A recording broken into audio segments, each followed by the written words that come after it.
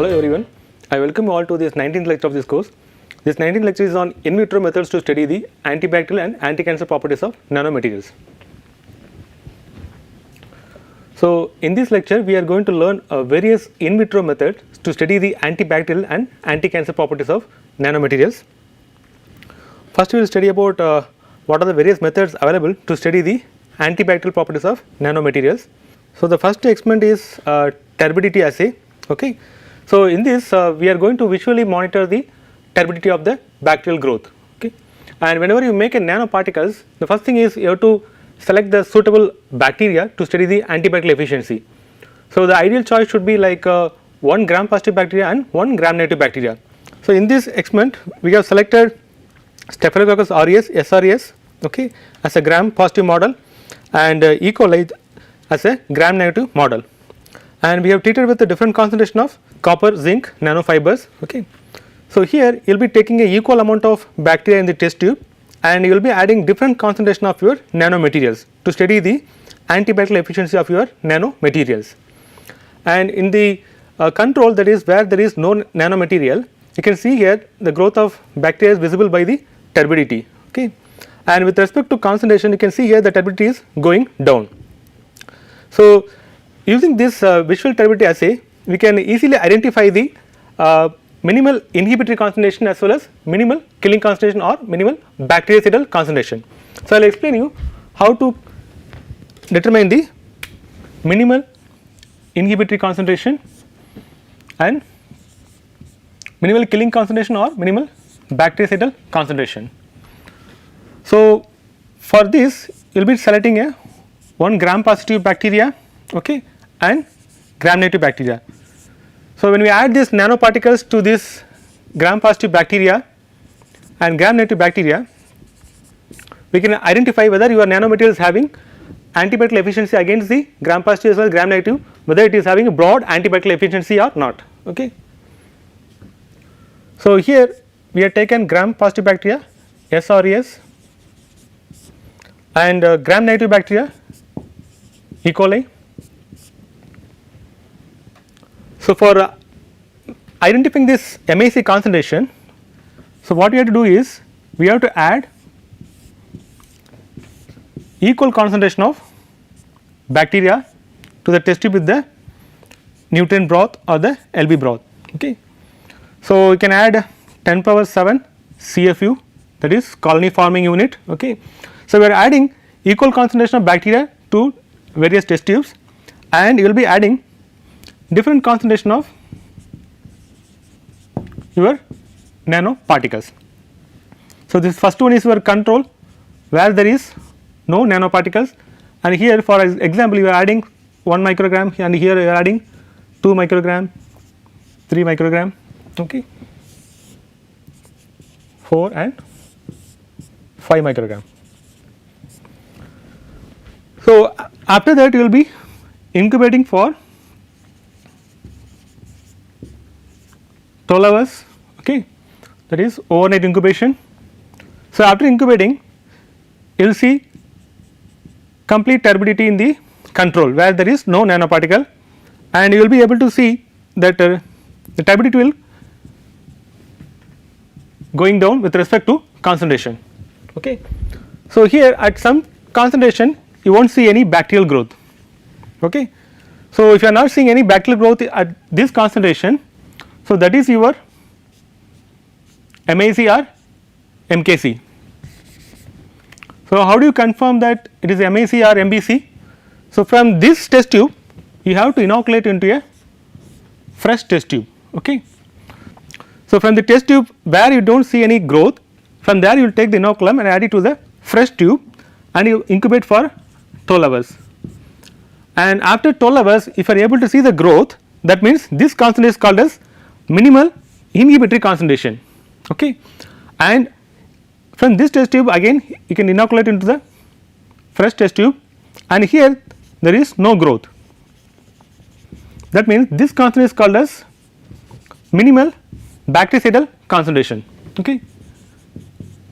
So you are inoculating a equal amount of bacteria and you are adding different concentration of nanomaterials, okay, and the test tube where you do not find any growth, from there you are taking this inoculum and adding to the fresh tube with the medium. Okay.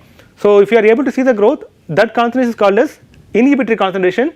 So, from the another test tube where there is no growth, you are inoculating to the fresh tube, and if you are seeing there is no growth, that means this concentration is called as minimal bactericidal concentration. And this minimal inhibitory concentration and minimal bactericidal concentration can be also studied by optical density measurement, that is called as OD. Okay. So, whenever you estimate the DNA or protein, we will be mentioning that absorbance at 260 or absorbance at 280 nanometer, because your DNA or protein is observing. But whenever you use that bacteria, we are using the term OD, that is optical density, because here it is not observing, it is scattering the light. Okay. That is the difference between observance and optical density. So, here this is a SRS bacteria, untreated SRS bacteria, and it is treated with a different concentration of nanomaterials. So, in this case it is AgZNO nanocomposite. Okay. So, you can see here with respect to concentration, the bacterial growth is going down, and this is for gram positive bacteria and this is for the gram negative bacteria E. coli. So, you can see here this minimal inhibitory concentration as well as the minimal bactericidal concentration is different for both the bacteria. So, as I told you, like depends on the bacteria whether it is gram positive or gram negative, the antibacterial concentration will vary. Again, similarly, it depends on the bacterial strains also, the antibacterial concentration and efficiency will vary. Okay. So, in this example you can see here, so 60 microgram is your MAC concentration for gram positive bacteria, and 70 microgram is the MBC, that is minimum bactericidal concentration, and in case of E. coli it is 550 microgram as MAC and 600 microgram as a MBC value. Okay. And here we are mentioning this n equal to 3, that means this experiment is repeated for 3 times. Okay. 3 independent experiments, then you will get the this kind of bar chart. Okay. So, you will plot the average of the value and also you will plot the this kind of standard deviation error bar. So, here we have done with a different concentration of nanomaterials. So, in the next slide you can see here, so this with respect to time point, different time points. Okay. So, effect of various constant nanoparticle with respect to at different time points. So, here you can see here, so in the control where there is no nanomaterial, so the growth is gradually increasing, and in this slow nanoparticle preparation we have used a sodium borohydride as a reducing agent.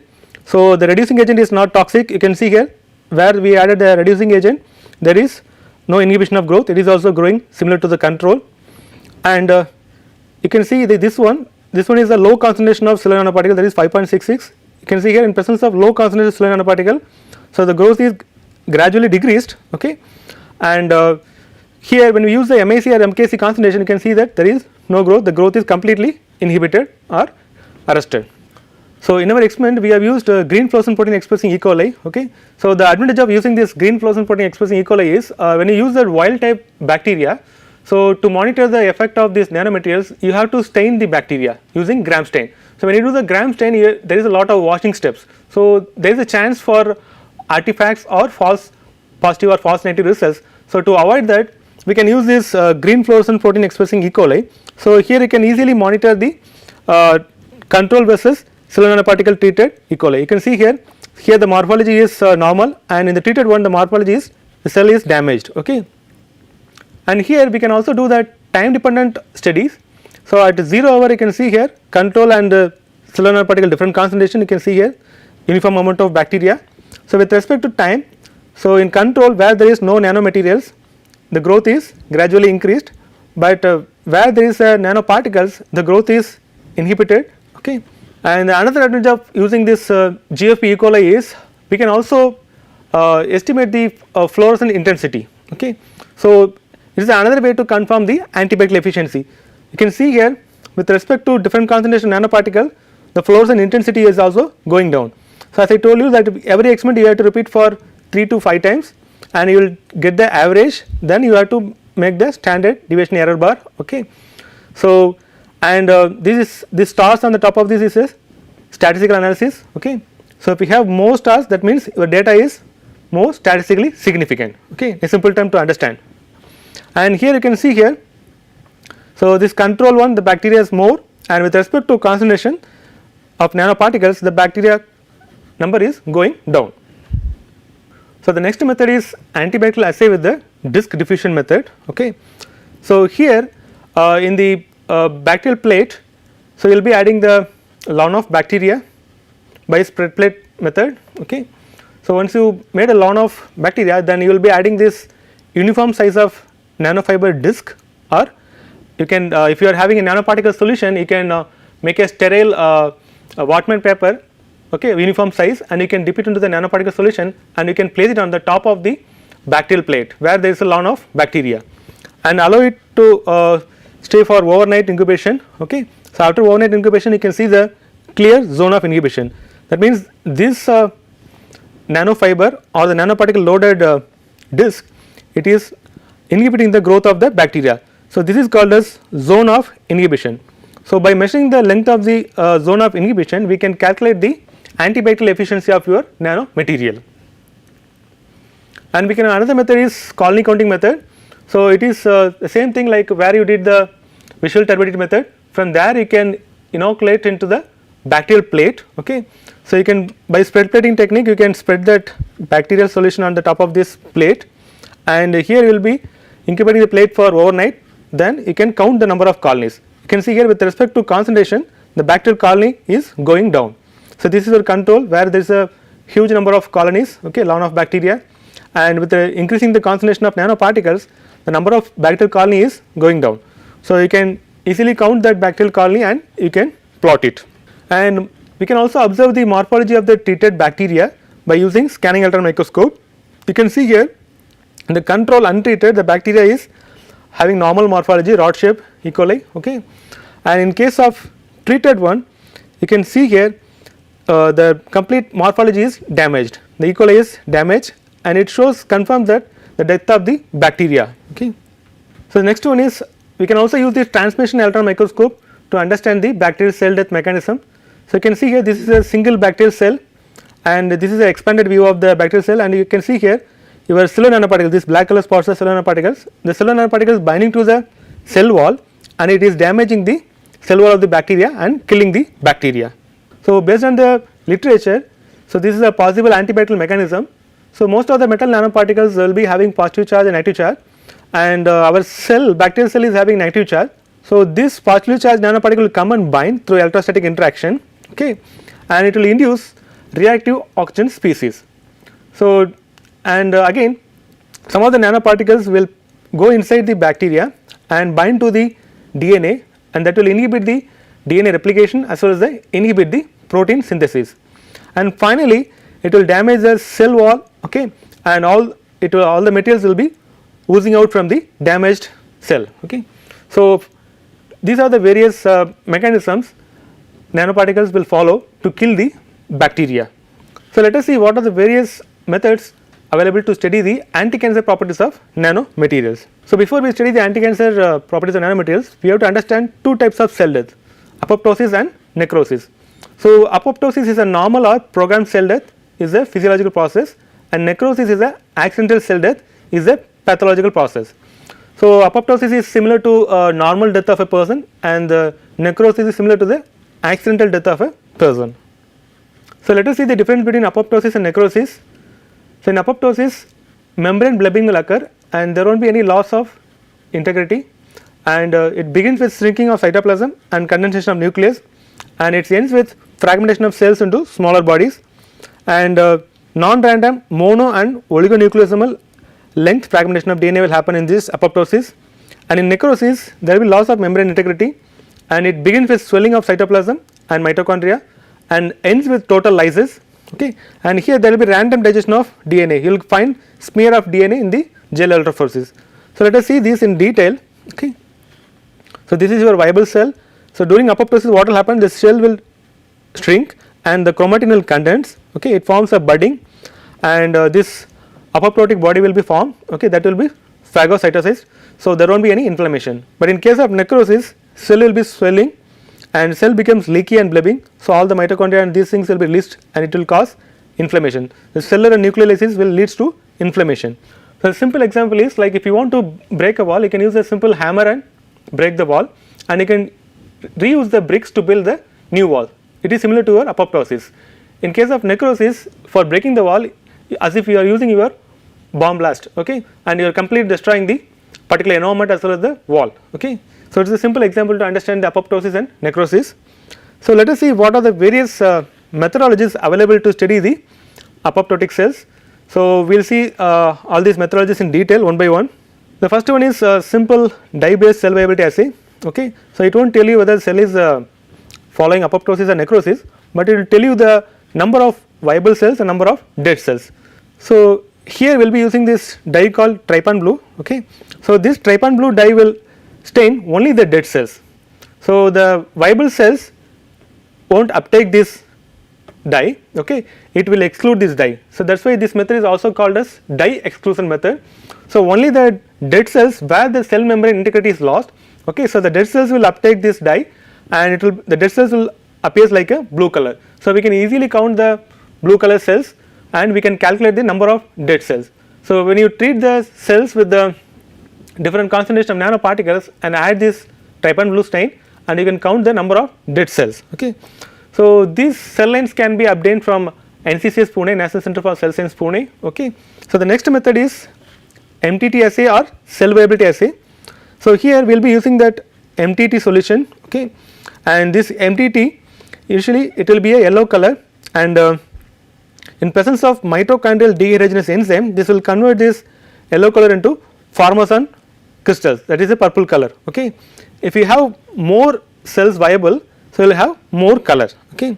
So, with respect to concentration, we can easily monitor the cell viability, and this can be measured using this microplate reader, and using that we can plot the cell viability. Okay. So, here in control it is there is no nanoparticle, and with respect to different concentration of nanomaterials, the cell growth is going down. Okay. And we can use the different cell lines like BHK21 and HG21 cell lines. So, with respect to cell lines, and the anti-cancer or the toxicity effect will be varied. Okay. So, let us see how we can calculate the IC50 concentration. So, by using this MTT assay, we can calculate the IC50 concentration, that is similar to your MSc MKC only. So, the IC50 means the concentration required to inhibit the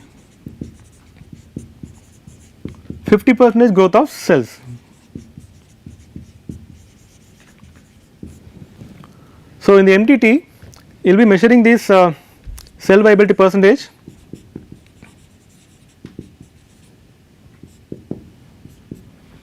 So, by using this observance of your treated sample by observance of your control, that is untreated sample, multiply by 100. So, this will give you the cell viability percentage. And how to calculate the IC50?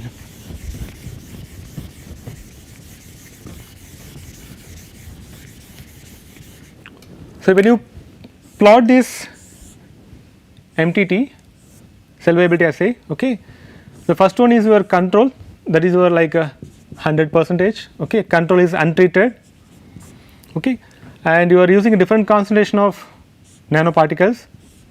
So, it is inhibiting like this. So, this is your 80% and this is your 50% and this is your 30%. Okay. So, IC50, as I told you, the concentration required to inhibit the 50% of growth. So, you can just check it whether it is matching or not. So, at which concentration it is inhibiting 50% of the growth. So, for example, this is your control untreated, and here you are using 1 microgram, and this is your 2 microgram, and this is your 3 microgram. That means this 2 microgram is your IC50 concentration, because you can see here, if you draw a line, it is exactly matching with the 50%. So, this 2 microgram is your IC50 concentration for inhibiting the growth of particular cell type. Okay. And as I told you, we have to repeat all the experiments at least 3 to 5 times, and you take the average of that and plot the graph, and you have to plot the standard deviation error bar. This is your error bar. Okay. And you have to do the statistical analysis. So, if you are having more, by statistical analysis you will get this kind of stars. Okay. So, if you are having more stars, that means the data is more statistically significant, the error rate will be less and the reproducibility will be more. Okay. And in this example you can see here we have used lung cancer cell line as well as the breast cancer cell line. A549 is the lung cancer and this MCF7 is your breast cancer cell line. And we have used this anti-cancer drug nicotinamide, and this is not a water soluble drug. So when you add it to this, it is not taken up by the cells, okay.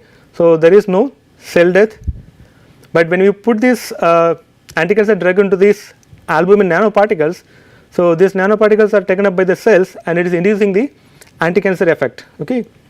You can see here, so where there is a BSA nanoparticles with the nicotinamide loaded drug, you can see here the growth of the cells are going down, and using that we can calculate the IC50 concentration. Here you can see here this IC50 is 5 micromolar, okay, and in this another cells this IC50 is approximately 2.6 micromolar, okay. So it depends on the cell type, even though you are using the same kind of nanoparticles loaded with the same anti-cancer drug, and depends on the cell type, you can see here different IC50 value you are getting, okay. So that is why whenever you make any nano carrier or nanomaterial, you have to study the toxicity of nanoparticles on various cell lines, okay. So another simple experiment to understand whether your nanoparticle is inducing apoptosis or necrosis, so we can use this acridine orange and yttrium bromide, that is AOEB staining method. So here in this acridine orange is a fluorescent DNA intercalating dye, and it is permeable to all cell nuclei and it will give green color fluorescence, and this yttrium bromide is a red color, okay. So this is a fluorescent DNA intercalating dye, and it will enter only the membrane compromised nucleus to emit orange red fluorescence, okay. So you can see here, so the live cells will give a normal green color fluorescence, and in the case of early apoptosis what will happen, so due to this chromatin condensation there will be a bright green fluorescence, okay. And in case of late apoptosis the combination of red and green you will get the orange color, and in case of necrosis, so there will not be any nuclear condensation, only the membrane will be damaged, so you will be getting a red color nucleus, okay. So that is your necrotic cells. So here you can see here this is your control, so completely green color, and in the treated one you can see here due to nuclear condensation you can see here the bright green color spot, that is your early apoptotic cells, and in case of late apoptotic you can see here orange color, that is due to that membrane perforation as well as the nuclear membrane perforation, and the combination of green plus red color you are seeing this orange color, this is a late apoptotic cells. And the next method is Hochst and rhodamine staining, okay. So using this stain the advantage is we can do the live cell monitoring, okay, and here this Hochst stain, this is a membrane permeable nucleus stain, so that will give blue color fluorescence when it binds to the double stranded DNA, okay. This is a nucleus stain and it is used to differentiate condensed pycnotic nuclei, okay, that is nuclei with condensed chromatin from the normal nuclei, and again we can use this rhodamine, okay. So the rhodamine is a membrane permeable dye that stains the mitochondria and cytoplasmic compartments. So the rhodamine will be staining the cytoplasm and it will give this orange color fluorescence, and this Hochst is the blue color stain, okay, that will stain the nucleus. So using this we can do the time dependent study. So you can see here this is the untreated one, okay, and these are the treated with different concentration of nanomaterials, and we can see here at different time part at 6-hour time point, 12-hour and 24-hour. So at different time points we can study the effect of our nanoparticles, and here these white arrows indicate the chromatin condensation and this yellow arrow point towards the cytoskeleton compaction, okay. So you can easily monitor the nuclear condensation as well as the cytoplasmic constriction using this Hochst and rhodamine staining, and here another advantage is we can do the time dependent study, okay. And we can also examine the morphology of your untreated and treated cells by using this scanning electron microscopy, okay. So this MCF7 is your breast cancer cell line and A549 is a lung cancer cell line. So these are untreated. So this untreated cells is having a spindle shaped cells, okay. It is well attached to the your cell culture dish, okay, and it has an intact membrane morphology. But here the IC50 concentration treated cells, the cells are shrunk, okay, and it became rounded in shape, and these are loosely attached, and these are called as membrane blebbing, okay. So which are the hallmarks of the apoptotic cell death. So when the cells are alive, what will happen, it will attach to the plastic surface very tightly, okay, and it will have a spindle shape. So, when the cells die, what happens, it will detach from this cell culture dish and it will become rounded cells, and there will be a formation of apoptotic membrane blubbing on the top of the cells. Okay. So, those things can be easily monitored using this scanning electron microscope. And we can also use this atomic force microscope to understand the cellular morphology. So, this is your control, you can see here, this is your like a long fibroblast cells, and this is your nucleus. So, in the untreated, the cell morphology is perfect, but in the treated one, you can see here. So, the cells are undergoing early stage of apoptosis, you can see here that membrane blubbing has started forming, okay, and these are the late apoptotic cells, the cells become rounded, okay. And we can also use this atomic force microscope to study the surface roughness of the control versus treated cells. So, in the control cells, you can see here there is a smooth surface, and whereas in treated cells you can see here the roughness is also changed. So, by measuring the roughness also we can understand whether the what is the status of the cell membrane and everything. So, the next method is cellular DNA fragmentation ELISA. So, here we will be incubating the cells with BRDU, that is bromodeoxyuridine. Okay. So, this uracil will be incorporated into your DNA. Okay. So, this BRDU will be incorporated into your DNA, and when you treat with the nanoparticles, so there will be fragments of DNA. So, these fragments of DNA can be added to the ELISA plate, where you are coated, the plate is coated with anti-DNA antibody. Okay. And when you add the another antibody which is specific for this BRDU, so it will come and bind and form a sandwich ELISA. Okay. I will explain in detail. So, DNA fragmentation ELISA. So, here we will be adding this BRDU to the cells. So, cells DNA will be labeled with this BRDU, and when you treat this BRDU labeled cells with different concentration of nanoparticles. Okay. So, what will happen due to this nanoparticle treatment, there will be a fragmentation of DNA into the cell, that is your indication of apoptosis. So, we will be taking this ELISA plate, okay, or 96 well plate, and we will be coating this plate with anti-DNA antibody. So, your antibody will be coated on the plate. So, this DNA will be briefly treated with microwave. So, what happened due to this DNA will be open up and it will bind to this DNA, and you will be adding another antibody which is specific for your BRDU, okay, and it is having this enzyme labeled antibody. Okay. So, when you add the substrate, so this will produce the color formation. So, it is a sandwich ELISA, it is similar to the sandwich ELISA. Okay. So, here your DNA is sandwiched between two antibodies, and when you add the substrate there will be a formation of color. So, if you have more color formation, that means it indicates that there is a more apoptotic induced by the particular nanoparticle. Okay. So, you can see here with the different concentration of nanoparticles treated to this, and you can see here with the increasing concentration the amount of DNA fragmentation increase, that means it is showing that with the increasing concentration the apoptosis induction is more. So, the next method is apoptotic DNA laddering, and here this is your nucleosome core, and this nucleosome is connected by the linker DNA, and the distance between each nucleosome is 180 base pairs approximately. So, during this apoptosis the caspase will activate the endonuclease. So, this endonuclease enzyme will cut this nucleosome, okay, at different sites, randomly it will cut. So, due to that you will get the mono or oligonucleosomes. So, each mononucleosome size is approximately 180 base pairs. Okay. So, here you will be getting the multiples of 180 base pairs. Okay. So, it can be mononucleosome, or it can be dinucleosome, or it can be oligonucleosomes. So, here you will be having the multiples of 180 base pairs.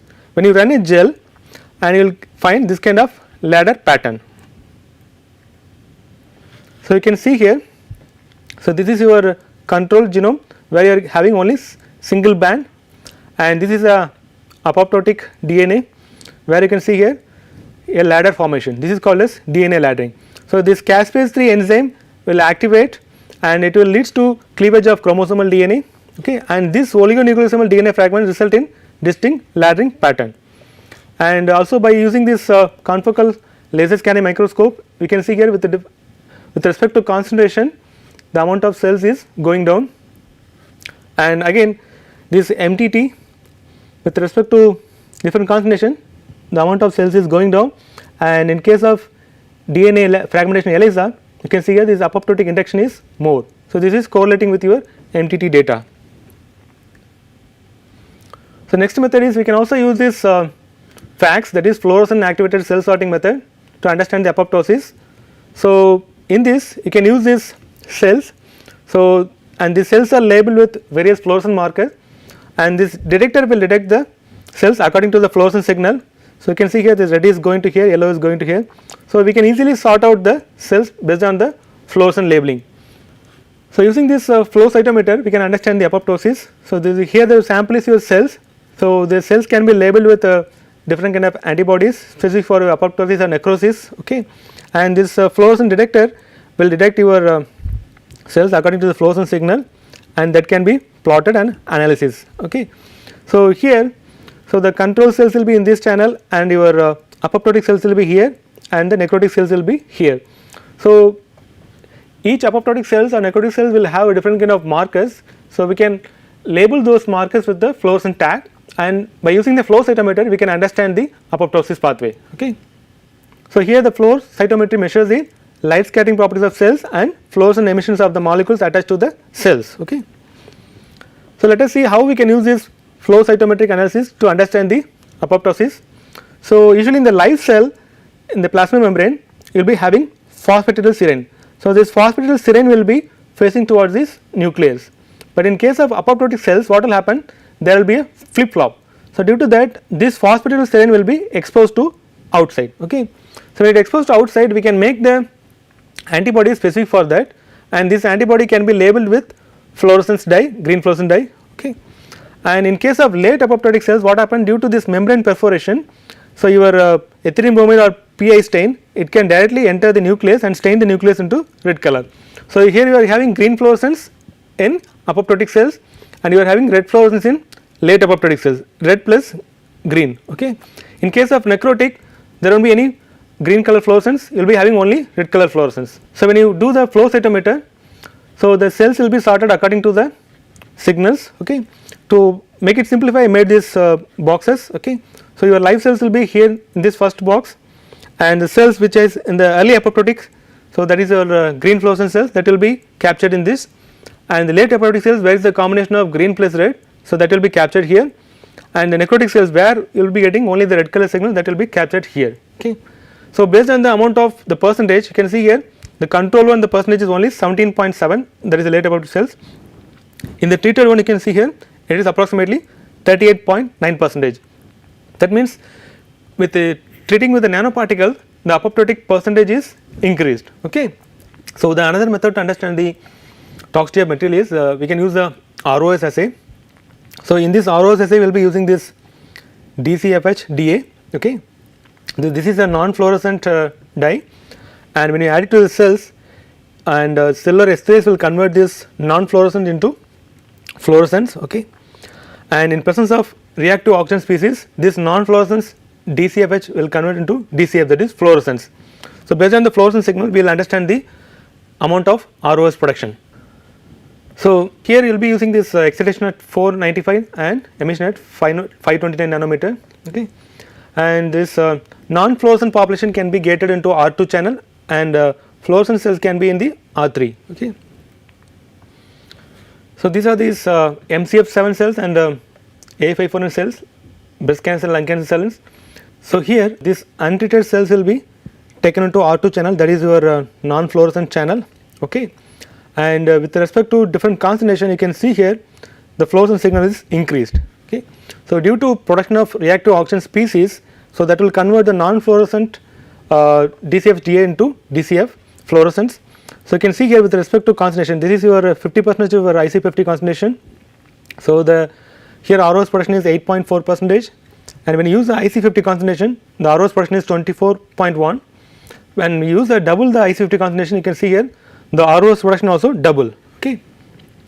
So, using this simple assay we can measure the reactive oxygen species production, and this is another data to show you the ROS estimation by DCF-DA, and here you can see here, and at 20 hours time point there is no fluorescence. Okay. The reactive oxygen species is produces less. Okay. And with the increasing in the time and increasing concentration, you can see here the fluorescence is more. That means the reactive oxygen species production is more. And we can also analyze the fluctuation in the mitochondrial membrane potential, okay, by using this rhodamin 123 stain. So, which is also one of the indicator of apoptosis. So, here the change in the mitochondrial membrane permeability with a loss in mitochondrial membrane potential, okay, is an indicator of early apoptotic events. And here we will be using this rhodamin 123 dye. It is a cationic dye which can rapidly diffuse inside the mitochondrial interior, and it can reflect the changes in the mitochondrial membrane potential. From A to C1, you can see here there is no loss of red fluorescence. Okay. So, these are untreated cells. So, there is no loss of fluorescence, and here you can see here in D1 and E1, you can see here significant decline in the fluorescence. This is due to the loss of mitochondrial membrane potential. So, this result shows that there is a remarkable decline in the mitochondrial membrane potential, so which confirm the induction of apoptosis by this drug loaded nano carrier. And we can also study the gene expression, okay, by RT-PCR, that is your reverse transcriptase PCR, okay, and we can study the expression of various genes. So, the beta actin is your internal control, this is a housekeeping gene, okay, and these are the various pro-apoptotic genes and anti-apoptotic genes. So, this BCL2 is your anti-apoptotic gene. So, you can see here the down regulation of anti-apoptotic genes. So, you can see here when compared to the untreated, so this one is untreated, okay, the 2 is the treated one. So, when compared to the untreated, so the expression of gene is going down, the band intensity is going down. So, these two are anti-apoptotic genes and these are apoptotic genes. You can see here when compared to the control, so here the band intensity is more, that means the gene expression is more, okay. So, this apoptotic genes expression is more and the anti-apoptotic gene expression is down regulated. So, it confirms as it is inducing the, this particular nanoparticle is inducing the apoptotic pathway, okay. So, you will be isolating the RNA from the cells treated as well as control cells.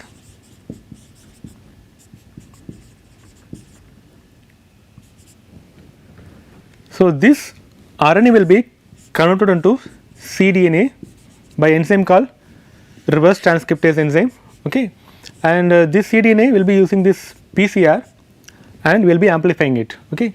So, this is called as semi quantitative PCR. So, when you amplify that control vessels treated, okay, and you will be running a gel to understand the gene expression.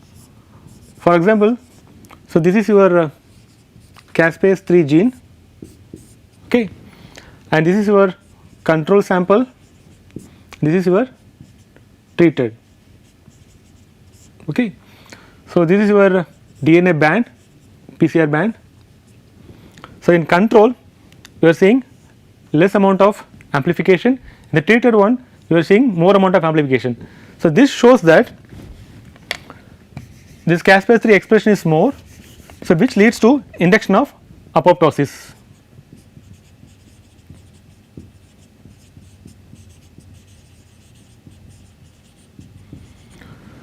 So, this gene expression intensity can be calculated using a software called ImageJ, okay. So, using this software you can calculate the intensity and you can plot the difference in the gene expression intensity when compared to control, how much fold the gene expression is increased or decreased, okay.